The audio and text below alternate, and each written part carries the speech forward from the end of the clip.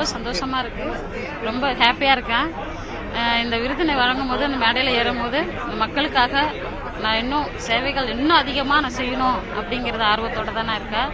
இப்போ என் பேர் வந்து ராஜேஸ்வரி மகாதேவன், மயிலாடுதுறையிலேருந்து.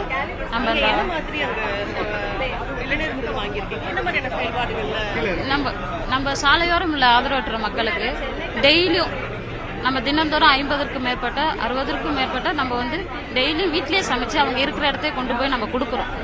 அது மட்டும் இல்லாமல் ஆதரவற்று இல்லாமல் மாற்றுத்திறனாளிகளுக்கும் ஏழை எளிய மக்களுக்கும் அந்த மாதிரி தேடி போய் நம்ம உணவுகள் வழங்குறோம். இது வரைக்கும் தொடர்ந்து 5 வருஷமா பண்ணிட்டு இருக்கோம். கணவன் மனைவியா தான் நம்ம பண்ணிட்டு இருக்கோம். இந்த 5 வருஷத்துல 103 பாடி ஆதரவற்ற உடல்களை நல்லடக்கம் செஞ்சிருக்கோம். அது மட்டும் இல்லாம படிக்காத குழந்தைகளை படிக்க வச்சிருக்கோம்.